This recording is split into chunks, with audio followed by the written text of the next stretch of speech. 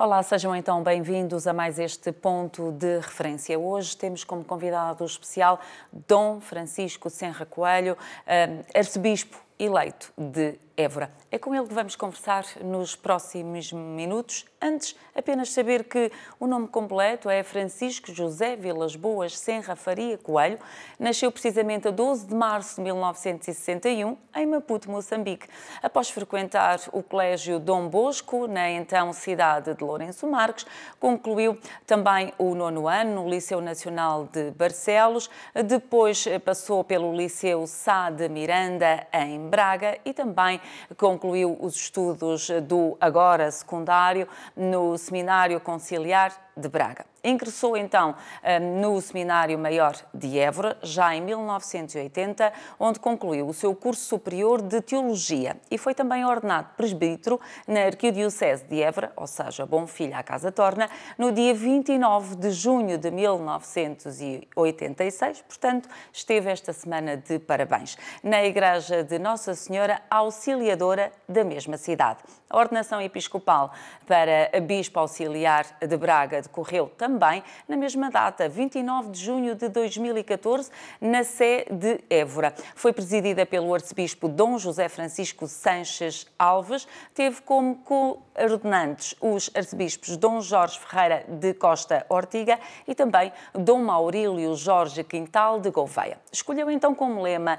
episcopal, e eu nem me vou atrever a dizer isto em latim, apenas em português, para que ele cresça e eu diminua, numa citação do Evangelho de São João. No percurso académico há muita coisa, vamos apenas dizer que se registra de 1988 a 91, que concluiu no Pontifício Ateneu Antoniano, em Roma, o bacharelato canónico em Filosofia.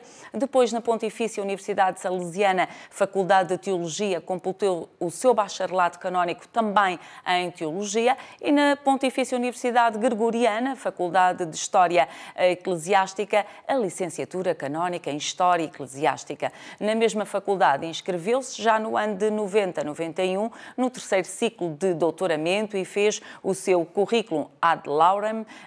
Em 91 foi nomeado docente de História da Igreja, antiga, medieval, moderna e contemporânea, e é neste mundo onde se sente muito bem. Patrologia, História das Religiões e História da Igreja em Portugal, no Instituto Superior de Teologia de Évora, Escola Teológica da Província Eclesiástica do Sul. É membro da Sociedade Científica e do Centro de Estudos de História Religiosa. Tem, assim, muitos artigos publicados, que nem me vou atrever a enumerar tantos, e nos jornais, revistas e também revistas da especialidade, e é autor de vários livros, muitos mesmos. Dom Francisco Senra Coelho, muito obrigada por ter aceitado o nosso convite, estar hoje aqui neste ponto de referência. E eu começava aqui um pouquinho na sua infância. Os seus pais são naturais de Barcelos, mas o Dom Francisco nasceu em Maputo, Moçambique. Estavam lá a viver na altura? Exatamente. Antes de tudo, uma saudação a este vasto e simpático auditório, telespectadores e telespectadoras da televisão Ângelos TV. Obrigado por este convite tão gentil que me faz e congratular-me, pois, com a vossa vitória todos os dias neste percurso de serdes uma televisão de inspiração cristã e uma voz católica e uma imagem católica. Muito obrigada. Peço a Deus que tenhais vitória todos os dias e todos os meses. É como diz, pois, o meu pai em 1955 foi para Moçambique, também fez lá a sua vida militar e exerceu a profissão dele nos caminhos de ferro de Moçambique. O meu pai foi técnico oficial de contas. Digo que foi porque já faleceu há 10 anos. E, portanto, nessa função, nos serviços de via-obras dos caminhos de ferro de Moçambique, ele começou a sua vida de jovem. O meu pai nasceu em 1934 e fez um percurso em Moçambique de 55 a 75, portanto, de 20 anos. Veio a Portugal encontrar-se com a sua namorada, a minha mãe, no ano de 1959, casaram e fizeram esse seu momento importante da vida de um casal no Santuário do Sameiro, em Braga, e no dia 12 de março de 1961, na então cidade de Lourenço Marques, no Hospital Miguel Bombarda, o Hospital Central da capital da província de Moçambique, nasceu o Francisco José, que está aqui a falar consigo. Portanto, há 57 anos. É neste contexto que eu vivo a minha infância em Moçambique, até 1975, ao mês de abril, quando, de um modo imprevisto, tivemos que vir embora. Eu e a minha mãe, na medida em que o mês de setembro de 74 testemunhou um momento muito complexo na cidade de Lourenço Marques, com muita violência, e era inseguro viver aquele panorama. E havia muito receio do dia da independência, que foi no dia 25 de junho de 75. Criou-se, enfim, um conjunto de suspeitas de que poderia haver alguma violência rássica, e o meu pai entendeu que eu e a minha mãe devíamos regressar à casa dos meus avós, a Barcelos, à freguesia de Adães, e assim foi. O meu pai, no entretanto, continuou lá, com muita preocupação para nós, e regressou posteriormente, passados uns meses, para, enfim, como funcionário, chamado funcionário do Quadro-Geral de Adidos, para assim começar nova vida, cá no chamado continente, ou na dita metrópole, perante as colónias, não é? As províncias ultramarinas, que é hoje Portugal. Tinha, por isso, mais ou menos 14 anos, quando veio para Portugal. O que é que o mais marca da infância passada em Moçambique? O que é que trouxe de lá no coração? Olha, foi muito importante para mim o encontro e a relação. São palavras que hoje aparecem muito, não é? Mas o encontro com a natureza. Moçambique tem uma dimensão muito verdadeira, muito autêntica de natureza. É uma sociedade, enfim, hoje mais, mas naquela altura, pouco marcada pela tecnologia. Era uma sociedade muito original na sua dimensão de vida simples, e muitas vezes o meu pai esteve no interior, quase sempre esteve no interior de Moçambique, esteve na zona de Nampula, na zona do Niassa, esteve também próximo da fronteira da Suazilândia, numa localidade chamada Goba, aí no distrito de Lourenço Marques. O meu pai esteve também numa zona muito próxima, hoje, da fronteira com o Zimbábue, na altura a Rodésia, numa localidade chamada Malvérnia. Acompanhávamos sempre o meu pai. Sempre? Íamos sempre. A minha mãe era docente, era professora primária, e normalmente no fim do ano letivo partíamos. Quando era preciso mudar, o meu pai, o máximo que esteve numa localidade foi 7 anos. Normalmente estava 3, 2 anos, tinha que partir, porque era necessário montar e, digamos, construir a rede ferroviária de Moçambique, e ele fazia parte dessa equipa de Via Obras, na especialidade dele. Quando regressou a Portugal, depois de reformado, continuou a sua atividade, abriu um serviço de contabilidade e foi um técnico oficial de contas no Concelho de Barcelos, distrito de Braga. Um dos mais antigos técnicos oficial de contas daquela zona do nosso país. Estamos, portanto, a falar numa experiência muito ligada também à relação, que é o segundo ponto, com as pessoas, que eram essencialmente os meninos africanos, os meus amigos de brincadeira, os meus companheiros, os meus colegas, nomeadamente na escola, onde a minha mãe estava. Eram poucos os ditos europeus de cor branca, não é? Passa esta expressão tão primária, mas exprime uma realidade. A maior parte eram meninos africanos de cor negra. E foi muito bom este convívio também com meninos indianos de Goa, da Mão Idio, que tinha uma grande colónia em Moçambique, que tinham no fundo o domínio do comércio, das chamadas cantinas do interior, e mesmo da etnia chinesa. Havia muitos chineses em Moçambique. E como tal, eu habituei-me a viver numa interculturalidade e numa relação multirracial que me fez muito bem, com tempos de ir para o rio tomar banho, de jogarmos a bola, de irmos ver os ninhos dos pássaros. Era uma natureza muitíssimo apelativa na sua autenticidade. também enfim, com os perigos das cobras, dos animais venenosos e de outros animais, enfim, que chamamos feras, não é? Que era necessário ter cuidado porque estávamos mesmo no dito mato, na sua dimensão mais virgem, não é? De floresta. De certa forma, já em criança, essa vivência permitiu-lhe quase que viver nesta casa comum, tão apontada pelo Papa Francisco e, no fundo, saboreando aquilo que ela dava. Sem dúvida. Também na ecologia humana, porque Moçambique, como uma província ultramarina, não tinha o avanço de Angola, por exemplo. E como tal era muito solicitada a fraternidade, o emprestar um analgésico, porque um filho tinha uma dor de dentes ou de ouvidos, o compartilhar um alimento, o trazer de Nampula ou de Lourenço Marques produtos, porque alguém ia à cidade, o interior era pouco provido de meios. As populações eram muito unidas para sobreviver. Era necessário uma solidariedade autêntica e espontânea. Esta relação também da fraternidade, de estarmos juntos no Natal, compartilharmos as festas da Páscoa, do Carnaval, numa situação também de guerrilha. Não podemos esquecer que eu vivia em Moçambique na época da Guerra Colonial. O Niassa, por exemplo, quando eu estive na zona da então Diocese de Vila Cabral, hoje Lixinga, por exemplo, Catur, Congerenge, eram terras onde era necessário ter muito cuidado com as minas antipessoais e com, enfim, a situação de guerrilha que havia, a guerra do ultramar.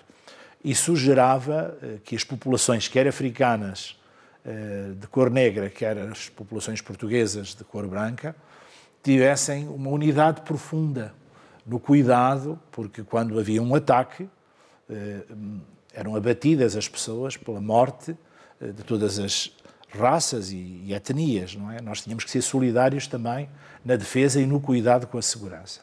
Tudo isto gerou uma solidariedade, uma cumplicidade de sobrevivência muito grande, que foi, de facto, uma experiência humana inolvidável. Quando regressa a Portugal, à então designada metrópole, como é que foi esta adaptação para um jovem, um adolescente de 14 anos, habituado a uma vivência completamente diferente? Teve um choque muito grande? Sim, ou não? Tive um choque grande. Eu não estava preparado para regressar. Importa um parênteses. Os meus pais tinham a preocupação de que eu pertencesse, de facto, à família mais alargada, aos meus avós e aos meus primos. Nós somos 12 primos direitos. E há um pormenor que eu sou filho único. Os meus pais tinham uma grande preocupação de que eu não vivesse isolado, que não fizesse uma experiência, portanto, de solidão na minha infância, que vivesse inserido com as crianças da escola. Tinha alguns primos em Moçambique, que hoje vivem em Coimbra, com quem compartilhei a infância e que aproveito para saudar se me estiverem a ver. E a Danja é que tinha a minha família no seu todo, estes 11 primos, comigo 12. Então eu vim à metrópole, por exemplo, fiz a primeira classe em Adães, fiz a primeira comunhão e a catequese no Sameiro, fiz a catequese em Adães e a primeira comunhão no Santuário de Sameiro, como referência onde os meus pais casaram. Esta relação, porém, nunca foi capaz de suplantar o peso da minha permanência em Moçambique durante todo o ano escolar, o tempo em que eu fazia a escola, era muito forte. Depois da quarta classe, como se dizia na altura, em virtude das transferências dos meus pais por carreira profissional, eu fui para um colégio salesiano, o Colégio Dom Bosco, da Missão São José de Lhanguene, na cidade de Maputo, para ter estabilidade para o estudo, onde eu estava quando vim para a metrópole. Então aí era muito intensa, um aluno interno. E os salesianos têm uma metodologia própria de educação fascinante, maravilhosa, o método de Dom Bosco, o método indutivo, a partir da experiência, da relação. Eles jogavam connosco, estavam sempre connosco no recreio. Os salesianos com uma pedagogia de Dom Bosco extraordinariamente didática e ao mesmo tempo capaz de nos agarrar por dentro, fizeram de mim um apaixonado pelo meu colégio.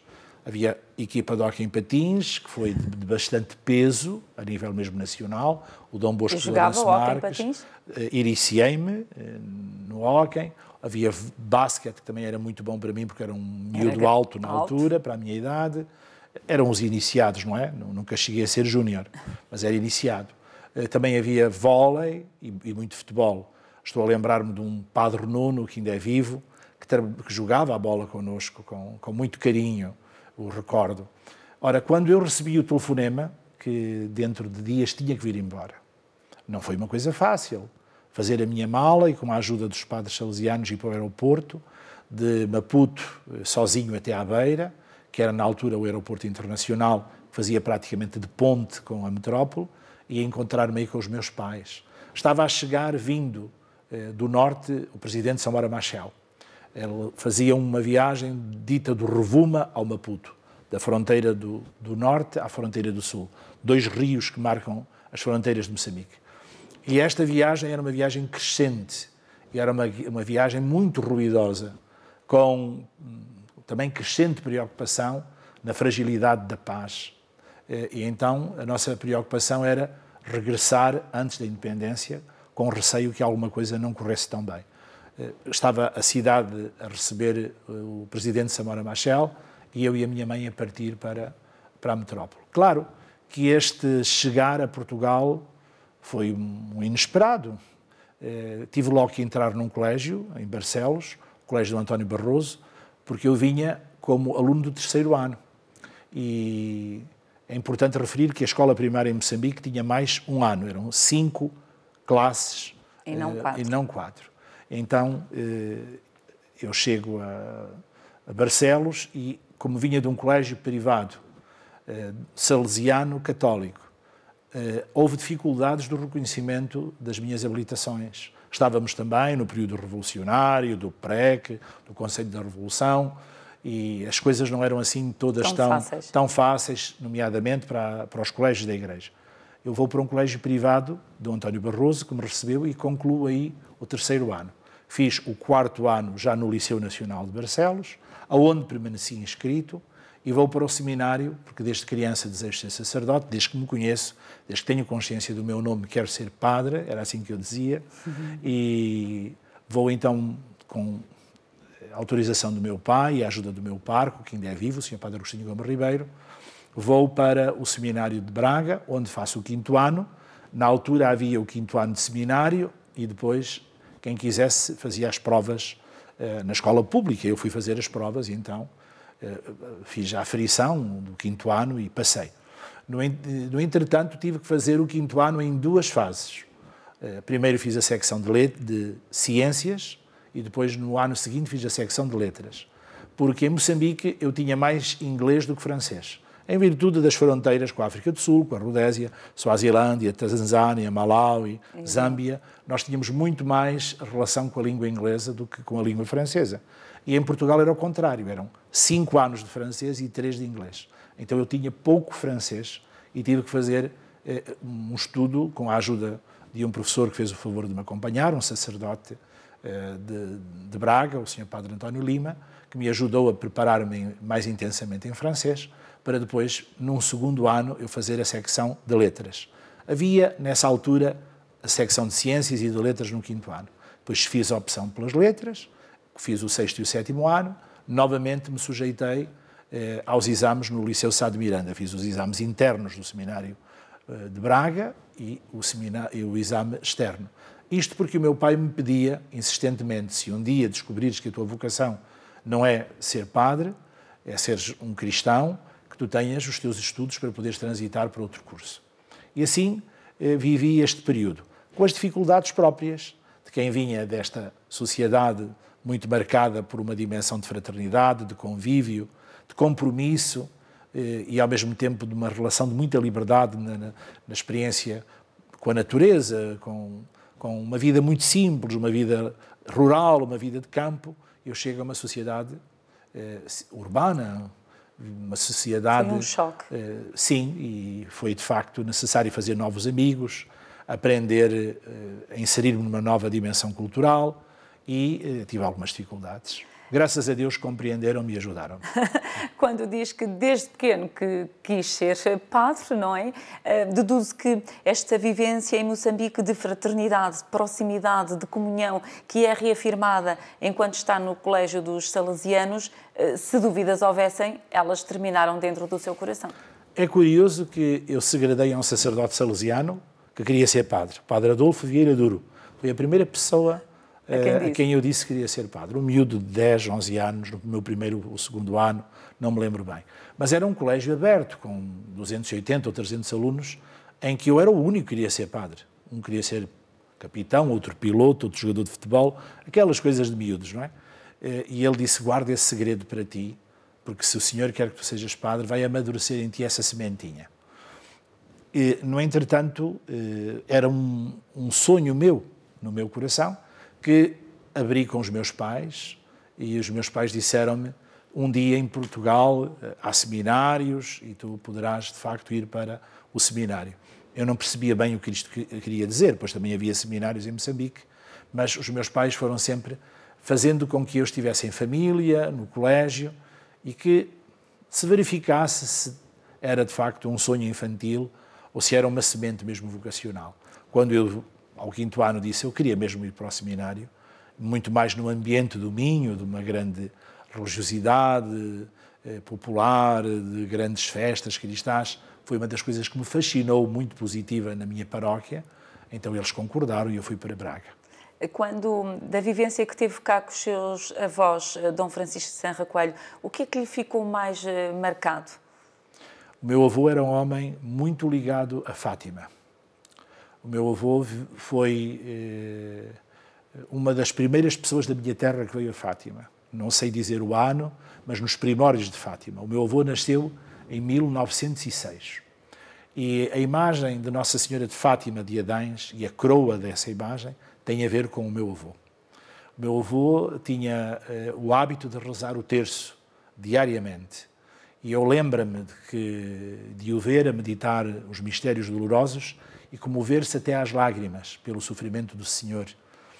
E isto marcou-me muito, a devoção mariana do meu avô, nomeadamente a Nossa Senhora de Fátima. Foi aqui no Santuário de Fátima, numa vigília de 12 para 13, que no ano de 1968 o meu avô teve uma trombose, em pleno recinto do santuário. Daqui foi para o Hospital Universitário de Coimbra e regressou a casa. O meu avô tinha 59 anos e viveu entre a cama e o sofá até aos 71. Ele sempre viu a trombose como um dom de Deus para ele se purificar e se preparar para o céu. Pelo facto de ter tido a trombose, enfim, na noite da procissão de velas. E veio mostrar-me o santuário. Eu vim mais o meu avô, a minha avó e os meus pais. O meu pai foi com o meu avô para o Hospital de Coimbra, e onde tinha um grande amigo da nossa terra, da Airol, o professor Dr. Ramos Lopes, que o observou e que constatou o problema de saúde grave que ele tivera. No entretanto, da minha avó eu recebi muito a imagem da sua bondade. Nunca era a avó, era a avózinha. Chamava-se Luísa. E tinha, de facto, um carinho e uma ternura que me preparava para Deus, porque eu ia pela mão dela também muitas vezes à missa, outras vezes com a minha mãe, outras vezes com o meu pai, mas a avó Luísa marcou-me muito a palavra amor. Eu não tenho dificuldades de perceber a palavra amor na exemplificação concreta, não uma palavra abstrata ou, digamos, de manual de livro, não é? Uma palavra relacionada com a psicologia. Não, eu vi o amor encarnado naquela mulher que, enfim, criou uma grande família e, sendo uma pessoa da lavoura, da agricultura, de trabalho manual, era uma pessoa, de facto, de uma bondade que me ajudou a perceber o que será Deus. O que é Deus. A vida andou e, se eu não me enganei nas contas, ali por volta dos 25 anos, é ordenado padre, precisamente na Arquidiocese de Évora. Ora, um sonho de criança, diria eu, concretizado. O que é que ficou de mais marcante desse dia? É muito interessante a sua pergunta e dá aqui um salto grande. Eu vou para Évora exatamente porque essa latência em mim de uma igreja missionária de Moçambique perdurava. É curioso que eu me encontro em Braga com o meu bispo de Moçambique. O senhor D. Eurico Dias Nogueira era o bispo de Vila Cabral e quando nós estivemos na zona do Niassa, na minha infância, fomos seus diocesanos. Era uma diocese que tinha poucos sacerdotes, salvo erro, 6 ou 7. Ele, no fundo, era o parque de Vila Cabral. Vinha muitas vezes à nossa casa, tinha uma relação muito pessoal, muito amiga com o meu pai, acompanhou, aliás, muito de perto a subida ao Calvário do meu pai, quando foi a sua doença e a sua morte, em Braga, no hospital e numa clínica privada. E nesta relação eu conversava com ele que gostava de voltar a Moçambique como missionário, quando era aluno do seu seminário de Braga. Ele conta tudo isto em 2 volumes de 3 que ele escreveu sobre a sua biografia. Ele fez uma autobiografia, um volume dedicado a bispo de Vila Cabral, outro volume dedicado a bispo de Sá da Bandeira, em Angola, e outro volume dedicado ao arcebispo Primaz de Braga.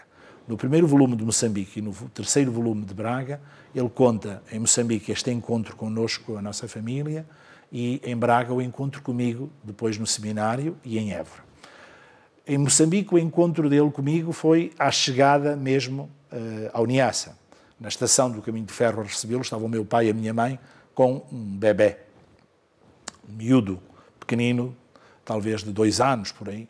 E nesta relação ele ficou sempre muito marcado, porque depois, pelas funções da minha mãe, que tinha contacto com as crianças, ele estabeleceu uma relação e a minha mãe ajudou muito na catequese e na preparação das crianças para a iniciação cristã. Ele vinha muito à nossa casa. Vamos depois encontrar-nos em Braga, e em Braga eu ponho-lhe a questão que gostava de ser missionário, e ele diz-me, não penses voltar a Moçambique. Moçambique há, neste momento, uma relação muito difícil entre a Frelimo e a Igreja, inclusivamente campos de reeducação, missionários presos, missionários a partir para o Brasil, para a África do Sul, de então, a voltar a Portugal, alguns também para a Venezuela, e não é possível isso. Mas aqui há terras missionárias e havia, de facto, uma dificuldade muito grande também no pós-25 de Abril, no Alentejo, com a reforma agrária, e o seminário vivia momentos muito difíceis. Então, Dom David de Sousa, o arcebispo de Évora, apelava a que vocações fossem para o Alentejo, e eu vou neste contexto, e Braga, apesar das minhas dificuldades, da adaptação, confiou em mim e passou-me, portanto, a autorização para eu ir para Évora. E aí faço o meu caminho, durante 6 anos de Filosofia e Teologia, no Seminário Maior de Braga e no Instituto Superior de Teologia, no Seminário Maior de Évora, desculpa, e no Instituto Superior de Teologia de Évora, o ISTE. 29 de junho sou ordenado presbítero, de facto, como disse, com 25 anos. Era o único finalista desse ano, da Diocese de Évora. Um colega meu, Padre Carlos César Moraes Chantre, foi ordenado, era o meu colega de curso, para a Diocese do Algarve, ele no dia 28 de junho e eu no dia 29 de junho. Ele na véspera da solenidade de São Pedro, eu no dia de São Pedro. Vai ser a minha ordenação, curiosamente, celebrada por 3 bispos. O senhor arcebispo de Évora, que presidiu, Dom Maurílio de Gouveia, o bispo que me pediu a Braga e que fez a ligação e que me recebeu, que fez o favor de me receber em Évora, Dom David de Sousa, o emérito da Arquidiocese, e o senhor Dom Eurico, que quis ir, de facto, a Évora, no sentido de me oferecer à Diocese de Évora, sendo eu de origem bracarense, da minha família, em toda a minha história, pois somos de Braga. Foi um dia muito bonito, lembra-me, de facto, a alegria da comunidade eburense, a Igreja dos Salesianos repleta, a alegria do senhor arcebispo, a alegria dos meus pais, que vieram com 3 autocarros de Adães, de Barcelos, e, sobretudo, a minha experiência interior de me sentir convocado pelo Senhor, no sentido de dar a minha vida até ao fim, ali no Alentejo, porque eu fui ordenado para o Alentejo, efetivamente, padre diocesano de Évora. A minha origem era de Braga, mas eu fui ordenado diácono e presbítero para Évora. Estava ali o desafio da dádiva e estava tudo a começar num projeto que era novo para mim, aprender a ser presbítero, a dar a vida, a integrar-me nas comunidades e não era alentejano, embora estivesse há 6 anos no Alentejo. Lembra-me também a alegria dos meus colegas do seminário, que hoje são os padres de Évora, Beja e Algarve. Éramos extremamente irmãos, tínhamos um seminário com um ambiente muito saudável. Era nosso reitor, o atual arcebispo de Évora, o Sr. D. José Francisco Sanches Alves, depois de 4 anos termos tido como reitor um sacerdote que já faleceu, Cónigo Lourenço Chorão Lavajo, que recordo com muito respeito e uma memória de saudade. É exatamente neste contexto que eu fico ligado àquela diocese para sempre. Podemos dizer que tem quase três raízes no seu coração: Moçambique, Évora e Braga. Olha, não direi isso.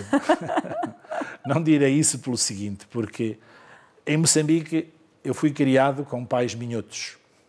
Tinha lá um tio-avô também, que foi para Lourenço Marques, uma zona chamada Namacha, quem esteve em Moçambique conhece, e tinha uma pequenina família, que eram os 3 filhos dele e a família Senra, na cidade de Maputo.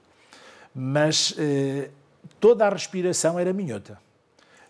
O meu pai era uma pessoa de preocupação cristã, de prática. Quando não era possível ir à missa, porque estava longe da igreja, ouvíamos religiosamente a missa sentados diante do rádio, a missa transmitida da Catedral de Lourenço Marques, o arcebispo de então, D. Custódio de Alvim Pereira, e a Rádio Clube de Moçambique transmitia a Eucaristia, e estávamos a participar na missa como se estivéssemos na missa. O meu pai, na consagração, ajoelhava-se com a minha mãe, e eu desde pequeno me habituei a esta respiração cristã. Eu mamei a fé com o leite da minha mãe. A minha mãe rezou certamente por mim muitas vezes, desde o primeiro instante, que eu fosse feliz, que eu seguisse a Deus, que eu fosse fiel. Eu fui sempre rezado. Não preciso de lhe perguntar para ter esta certeza. E aprendi a rezar desde muito pequenino, as 3 Ave-Marias a Nossa Senhora a deitar-me e o Anjinho da Guarda, e de manhã a rezar o Pai Nosso a Jesus, para que eu tivesse um dia abençoado. De criança. Lembra-me de ir ao terço no mês de maio, lembra-me de ir à missa, normalmente com a minha mãe. Ficava junto dela para me portar bem, não é? Então o meu pai ficava mais do lado dos homens, até porque ele muitas vezes ajudava nas leituras, etc. E na altura separava-se a igreja entre homens e mulheres. E as crianças, enquanto pequenas, ficavam ao pé das mães. Portanto, eu respirei esta vida, de facto, minhota em Moçambique. Mesmo no Alentejo, uma coisa muito interessante que eu partilho como humor, sempre levei vinho verde, um garrafão de vinho verde para Évora. Para o Alentejo. E no Alentejo sabia-se que eu era um minhoto missionário no Alentejo. Penso que, de facto, o núcleo da minha cultura, a minha respiração, é, de facto, minhota. Eu muitas vezes digo que sou trigo do Minho, feito pão no Alentejo. Olhando para o seu percurso sacerdotal, vou dar aqui um salto grande. É nomeado Bispo Auxiliar de Braga, ainda estando na Arquidiocese de Évora. Vai para Braga, onde tem estado, e de repente o Papa Francisco vai nomeá-lo como cardeal e como arcebispo da Arquidiocese de Évora. Foi uma surpresa? Sim, foi uma surpresa. Foi uma surpresa maior quando eu fui convidado pelo Sr. Núncio Apostólico, em nome do Papa, para ser Bispo Auxiliar de Braga. Porque foi, de facto, sair da Ordem dos Presbíteros para entrar na Ordem Episcopal. Tive que reaprender a exercer o ministério sacerdotal, agora no grau episcopal, porque ser parco é uma relação diária com o povo, é conhecer cada pessoa pelo olhar, pelo timbre da voz e pelo nome. Muitas vezes eu dizia, hoje não está bem, o que é que se está a passar consigo? Então não dormiu esta noite? E as pessoas ficavam admiradas, porque eu já conhecia as pessoas, de facto, muito de perto e pelo olhar, e elas a mim. Se o padre hoje não está bom. Este estar em comunidade, este ter família alargada, que é a paróquia, este ser terreno baldio, não ser de ninguém para ser de todos, pertencer a todas as famílias, no ministério episcopal não existe. Ou seja, nós vivemos com o presbitério, com os sacerdotes, para todo o povo de Deus. Fazemos as visitas pastorais, vamos às paróquias, mas partimos outra vez e não temos, digamos assim, uma presença habitual. Temos uma relação afetiva e efetiva com o povo de Deus, mas não temos uma presença habitual. Essa é o presbítero que a tem, o pároco. E é necessário alargar a tenda do coração, é necessário aprender a ser bispo, a ter um discernimento muito alargado e, ao mesmo tempo, a ter uma presença muito ativa e comprometida junto dos presbíteros, ser com eles pastor do povo de Deus. Foi mais forte essa adaptação. Até porque é uma arquidiocese mais urbana e, portanto, sim, logo por aí, não é? Braga é uma arquidiocese com marcas festivas, eu digo que é uma diocese pascal, é uma diocese do Aleluia Pascal, da visita pascal, dos foguetes, das festas populares, de um calendário muito vivo do Rosado Popular. Por outro lado, também, com uma grande capacidade de iniciativa, de empreendimento. É uma igreja que está muito atenta à mudança dos tempos, neste sentido de ir à frente mesmo nos desafios, com um grande arcebispo, o Sr. D. Jorge Ortiga, com quem aprendi muito. Faço também uma referência ao bispo auxiliar, ao Sr. D. Nuno Almeida. Todo este caminho de diocese de Braga foi digamos, um comboio onde eu entrei num determinado momento, não é? No ano 2014, que vinha numa viagem longa, depois do sínodo arquidiocesano, e que me fez ter que adaptar-me totalmente à velocidade e ao ritmo daquela arquidiocese. Quando eu fui nomeado agora para Évora, evidentemente que não imaginava, nem sabia, não era um assunto que eu acompanhasse. Sabemos como é que acontece o discernimento da Santa Sé para a nomeação dos bispos. Claro que as pessoas são ouvidas, há uma atitude de uma certa sinodalidade nestas nomeações, mas agora é o ministério onde vou exercer. Já não é o ministério que vou assumir. Já sou bispo, fui até agora auxiliar em Braga, agora vou ser bispo em Évora. Não há aqui, digamos, uma novidade tão acrescentada. Vou ter que aprender a ser bispo em Évora, evidentemente, mas já vou exercer o ministério que vivo há 4 anos. A surpresa não foi, digamos, tão grande. É por isso que, nas primeiras palavras que dirigiu aos diocesanos e às suas futuras ovelhas, entre aspas, se olharmos àquilo que o Papa Francisco pede para que os bispos tenham um cheiro das suas ovelhas, diz que, e passo a citar, que quer compartilhar a vida com todos, as alegrias, as esperanças, também as tristezas, as apreensões. E depois diz assim, as horas do sol e do sal. Isto, de facto, é característico em si, esta proximidade, esta fraternidade, o querer estar atento ao outro. Eu não sei se é característico, porque os outros saberão dizer quem sou eu para me julgar, mas eu gostaria muito que fosse característico. É uma das coisas que me diz muito no desafio do Papa Francisco, este cheiro a ovelha. Eu gostaria muito não de falar do cheiro da ovelha ou de o apregoar, mas de o ter. Também sabemos que há ovelhas com perfume, enfim, dos salões de Paris. Não queria que essa dimensão prevalecesse. São todos, de facto, ovelhas, mas gostaria muito também de estar perto de quem experimenta o suor, de quem tem as mãos calejadas e às vezes gretadas pelo trabalho. Encontrei no Minho muitas mãos calejadas. Impressionou-me muito ao celebrar a Santa Unção com os idosos, ver as mãos de quem trabalha a terra e às vezes até gretadas com os calos da dureza da vida. O Alentejo é também uma terra com marcas de ruralidade. Aí encontra-se muito o Minho e o Alentejo. Gostaria muito de estar junto de cada ovelha, sobretudo das periferias da sociedade, quer a nível social, os mais pobres, os mais desprovidos, os mais fragilizados, os que se sentem sós, os que fazem a experiência da solidão, que é característica na planície alentejana, nos montes alentejanos. E gostaria de estar também junto das periferias existenciais, de quem busca um sentido para a vida, de quem quer encontrar a luz e não a descobre, de quem anda à procura de Deus. Que Deus me ajude a estar próximo de cada um, de todos e cada um. É o que eu peço a Deus. Gostava de lhe contar uma história. Quando eu era parco no Alentejo, um dia apercebi-me da ida da Guarda Nacional Republicana ao encontro de alguns idosos que estavam nos montes, iam ver periodicamente se estavam bem, se estavam vivos. E foi uma interpelação muito profunda. Como é possível que estas pessoas sejam paroquianas, nomeadamente da minha responsabilidade, e eu não vá estar com eles e tenha que ir à Guarda Nacional Republicana? Eu fui parco na cidade de Évora, da paróquia Nossa Senhora de Fátima, mas fui também parco da Igrejinha, no concelho de Arraiolos, e parco de São Mansos. E esta foi uma grande interpelação. A Guarda Republicana faz o seu dever e eu não farei o meu.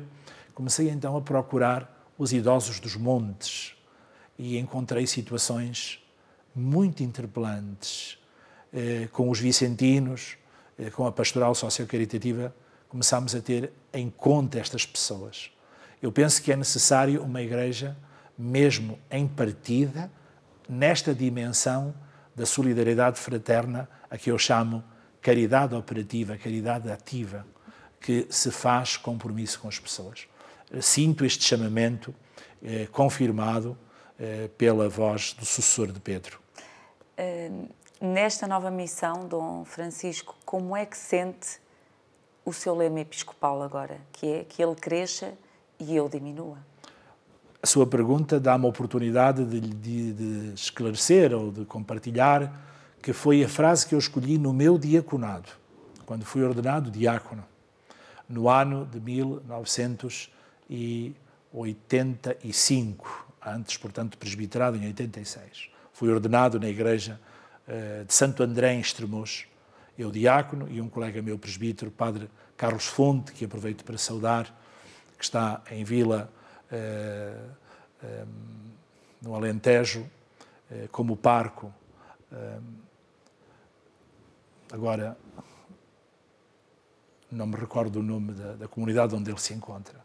Vila do Cano. E outras paróquias da sua unidade pastoral. Fomos os dois ordenados e eu escolhi essa frase, que ele cresça e eu diminua. E a estampa que eu oferecia às pessoas, participantes, aos meus irmãos e irmãs, à gente que veio de Barcelos à ordenação de diácono, era uma cena retirada da catacumba do Domitila, em Roma, um fresco do lava-pés de Jesus. Depois, no presbitério, ou no presbiterado, melhor dito, voltei a oferecer novamente a mesma frase, que ele cresça e eu diminua. Numa estampa já o Cristo docente, o Cristo a ensinar a palavra de Deus, portanto um ícone. E no episcopado a mesma coisa. E coloquei Nossa Senhora com o menino, acompanhada por Pedro e Paulo. Poderíamos dizer que desejo muito, com Pedro, por Maria, ir a Cristo. Está aqui uma vivência que se divide em duas partes. Que ele cresça, que eu tenha o dom da comunhão, que eu consiga fazer a unidade. Como pastor, eu tenho que ser um perito de comunhão. Alguém que é capaz de servir para que, à sua volta, os irmãos se sintam um. Cada especificidade, cada diferença, cada carisma. O pastor é chamado a construir a unidade na diversidade. Que ele cresça, e é só possível Cristo estar presente na nossa unidade. Que todos sejam um, ó Pai, para que o mundo acredite e creia que tu me enviastes.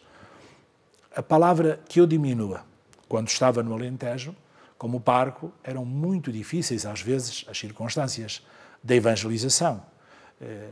Que eu diminua significava exatamente que eu aceitasse as adversidades. As tais horas de sal, de lágrimas e suor, quando não são horas de sol, de luz, de clareza, não é? De clarividência, em que nós temos de facto a evidência, mas quando é necessário passar pela noite, pois é aí que eu diminua. Muitas vezes, quando tinha vontade de deitar a toalha ao chão e desistir, que eu recomeçasse sempre. Agora, como bispo, que ele cresça e eu diminua, penso que não se alterou assim tanto. É de facto este dom da comunhão e esta capacidade de estar com as pessoas, diminuindo sempre, para que surja de facto a beleza da Igreja. Que não seja eu a fazer a Igreja, que seja o Senhor comigo e através de mim, nomeadamente pelos outros, o Senhor comigo pela dádiva da comunidade. Que tenhamos esta grande dimensão da sinodalidade, sinodós, contigo no caminho. Vamos fazer caminho juntos. Que eu tenha, de facto, a capacidade, o dom de caminhar com aquele povo e de, com ele, compartilhar a fé. Estamos a chegar ao fim da nossa conversa, apenas perceber que desafios espera nos próximos tempos como arcebispo de Évora.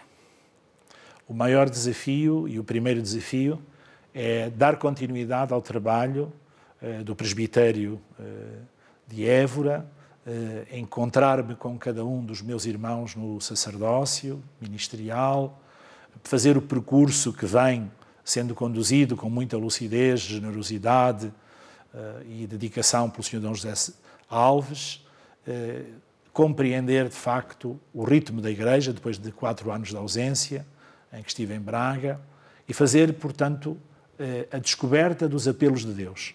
Eu não levo, de facto, no meu coração ideias pré-fabricadas, seriam minhas. Seriam, de facto, atitudes da minha, digamos, capacidade. Eu queria ser apenas capaz de ouvir, de ler nas entrelinhas o que Deus quer para aquela Igreja. E com os meus irmãos discernirmos e todos juntos fazermos acontecer a evangelização através da unidade, da comunhão.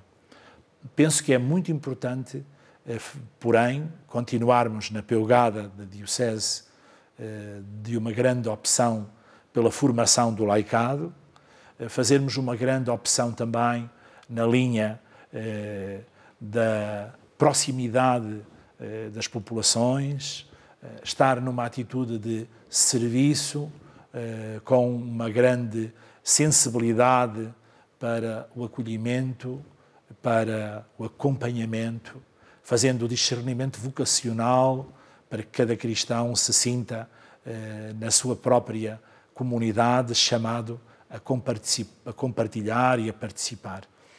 Tenho muita alegria por ser uma diocese com um dinamismo muito grande de evangelização, de pequenas comunidades, e tenho também muita alegria pelo facto de ser uma diocese que vai com o Papa Francisco na sensibilidade da partida.